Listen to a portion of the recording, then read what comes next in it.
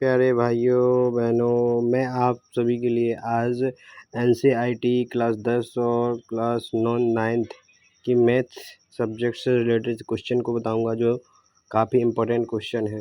तो चलिए देर ना करते हुए वीडियो को स्टार्ट करते हैं और देखते हैं। देखिए, हम आज पढ़ते हैं मैथ में एनसीईआरटी की जो होती है क्लास 9th और 10वीं में।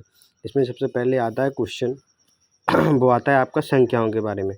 जो संख्या होती हैं, तो सबसे पहले हम पढ़ते हैं जो संख्याएं होती हैं। सबसे पहले पढ़ते हैं हम वास्तविक संख्याएं। क्या पढ़ेंगे हम? देखिए, अच्छे समझना, वीडियो को देखना, स्किप मत करना। वास्तविक वास्तविक वास्तविक संख्याएं,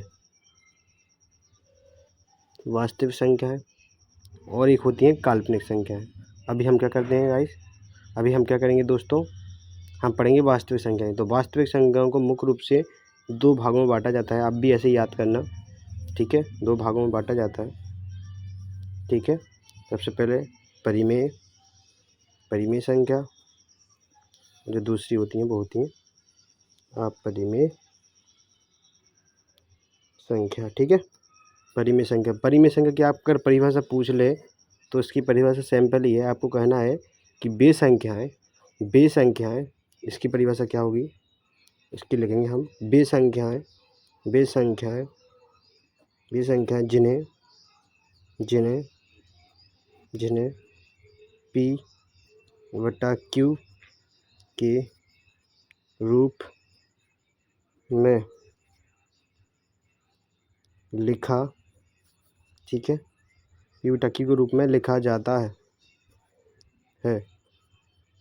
P/Q के रूप में लिखा जाता है तथा जहाँ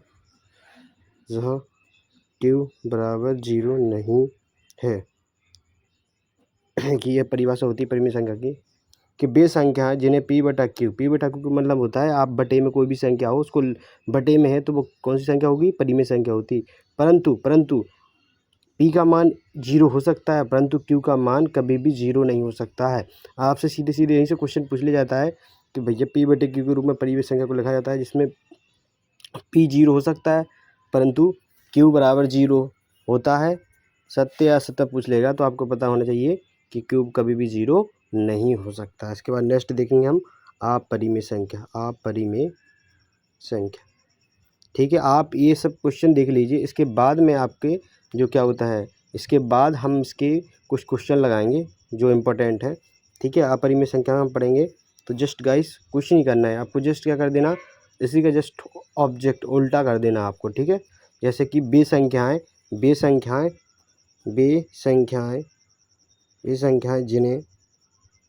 जिन्हें P/Q के रूप में नहीं लिखा जाता है। क्या नहीं लिखा जाता है? वे कौन सी संख्या होती हैं? वे अपरिमेय संख्या होती हैं। इसमें एग्जाम्पल में जैसे में देख लेना, इसमें परिमेय संख्या में 1/2, 2/3, 0/2, 4/3, ऐसे कुछ भी बटे वाली संख्या ये सारी हो सकती हैं आपकी क्या? परिमेय। और अपरिमेय आपकी संख्या होती हैं जो अपरिमेय में आती हैं आपकी, जैसे कि रूट वाली संख्या √2, √3, √5, √6, √7, √8, ये सारी संख्याएं किस में आती हैं? रूट वाली, ये होती हैं अपरिमेय। परंतु यहाँ पर अपवाद है, परंतु जिनके वर्ग निकलते हैं, वर्गमूल निकलते हैं वो संख्याएं, वो क्या होती हैं? जैसे कि 4 का वर्गमूल 2 होता है। जिनके वर्गमूल निकलते हैं गाइस, ठीक है, ये संख्याएं कैसी होती हैं? ये होती हैं परिमेय। कैसी होती हैं गाइस? तो परिमेय होती हैं। जैसे कि इसका वर्गमूल क्या 2 निकलता है, इसका 3 निकलता है, इसका 4 निकलता है, इसका 5 निकलता है। तो ये सभी संख्याएं जिनके वर्गमूल निकलते हैं वो भी, ये सभी क्या होती हैं? ये भी कैसी होती हैं? परिमेय होती हैं आपकी। ध्यान रखना है, आपसे यही पूछा जाता है ना। वैसे तो हमें पता है कि सभी अपरिमेय संख्या कैसी होती हैं? रूट वाली होती हैं, परंतु कुछ संख्या ऐसी होती हैं जिनके वर्गमूल निकलती हैं, वो संख्याएं कैसी होती हैं मेरे प्यारे दोस्तों? वो होती हैं परिमेय, ठीक है? इसके बाद नेक्स्ट जो हम संख्या पढ़ेंगे वो पढ़ेंगे हम पूर्ण संख्या। क्या? पूर्ण संख्या। पूर्ण संख्या पढ़ेंगे हम, पूर्ण संख्या। अच्छे से वीडियो को देखिए, समझिए, इसके बाद अपन इसमें क्वेश्चन लगाएंगे, क्योंकि आपके जो फर्स्ट चैप्टर है ना, इस पर सब परिमेय, अपरिमेय, पूर्ण और पूर्णांक संख्या, अभी इससे पहले इसके बाद पढ़ेंगे अपन। इन्हीं सब के बारे में क्वेश्चन दिए गए हैं, और ठीक है, थ्योरिकल क्वेश्चन आते हैं, है ना, सत्र में पूछा जाता है। सबसे पहले हम पूर्ण संख्या, तो पूर्ण संख्या वे संख्या होती हैं जो कहाँ से, 0 से स्टार्ट होती हैं, यानी शून्य से। पूर्ण संख्या क्या होती हैं, पूर्ण संख्या वे होती हैं जो शून्य से, कैसी होती हैं, शून्य से स्टार्ट यानी प्रारंभ होती हैं, होती हैं तथा अनंत तक जाती हैं। कैसी जाती हैं, अनंत तक जाती हैं।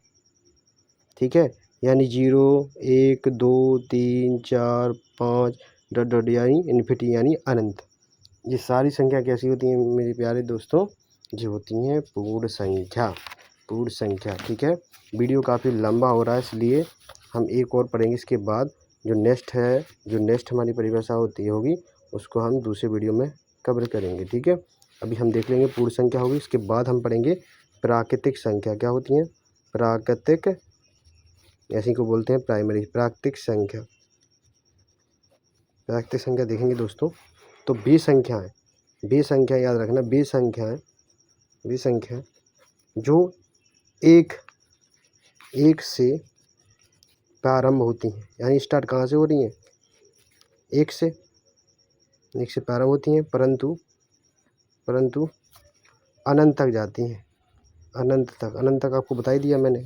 जैसे में आप यहाँ पर लिख सकते हो, जैसे में 1, 2, 3, 4 डॉट डॉट डॉट इन्फिनिटी यानी अनंत, इनका कोई अंत नहीं होता है। तो बे संख्याएँ प्राकृतिक संख्या वे होती हैं जो कहाँ से स्टार्ट हो रही हैं, 1 से स्टार्ट हो रही हैं, अनंत तक जा रही हैं। पूर्ण संख्या वे होती हैं जो 0 से स्टार्ट होती हैं और कहाँ तक जाती हैं, अनंत तक जाती हैं। इसके बाद एक संख्या और आती है, इसके बारे में आपके चैप्टर में दिया गया है, वो होती है पूर्णांक संख्या। क्या होती है, पूर्णांक संख्या। ठीक है गाइस, पूर्णांक संख्या देखेंगे तो ये पूर्णांक संख्या मुख्य रूप से कितनी होती हैं, मुख्य रूप से 2 प्रकार की होती हैं। कितनी प्रकार की होती हैं, 2 प्रकार की होती हैं। सबसे पहले एक देखना, ये होती हैं 2 प्रकार की। ठीक है, ये 0 हो गया, इधर धनात्मक संख्या होती हैं ये वाली कैसी होती हैं, 1, 2, या नीचे की साइड लिख लो, 1, 2, 3, 4, ये सारी धनात्मक होती हैं। इधर जो माइनस वाली होती है, माइनस का 1, माइनस के 2, माइनस के 3, माइनस के 4। तो ये सभी संख्या कैसी होती हैं, ऋणात्मक होती हैं, और ये कैसी होती है, धनात्मक पूर्णांक होती हैं, धनात्मक पूर्णांक संख्या।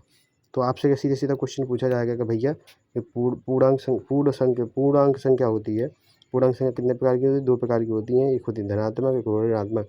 0 से ऊपर की साइड जाने पर धनात्मक हो जाती हैं और 0 से नीचे की साइड जाने पर ऋणात्मक हो जाती हैं। तो थैंक यू दोस्तों, मेरा वीडियो पसंद आए तो प्लीज़ मुझे लाइक और सब्सक्राइब करें, और इसका जो नेक्स्ट वीडियो हो इसमें हम क्वेश्चन लगाएंगे, वो नेक्स्ट पार्ट में वीडियो आएगा।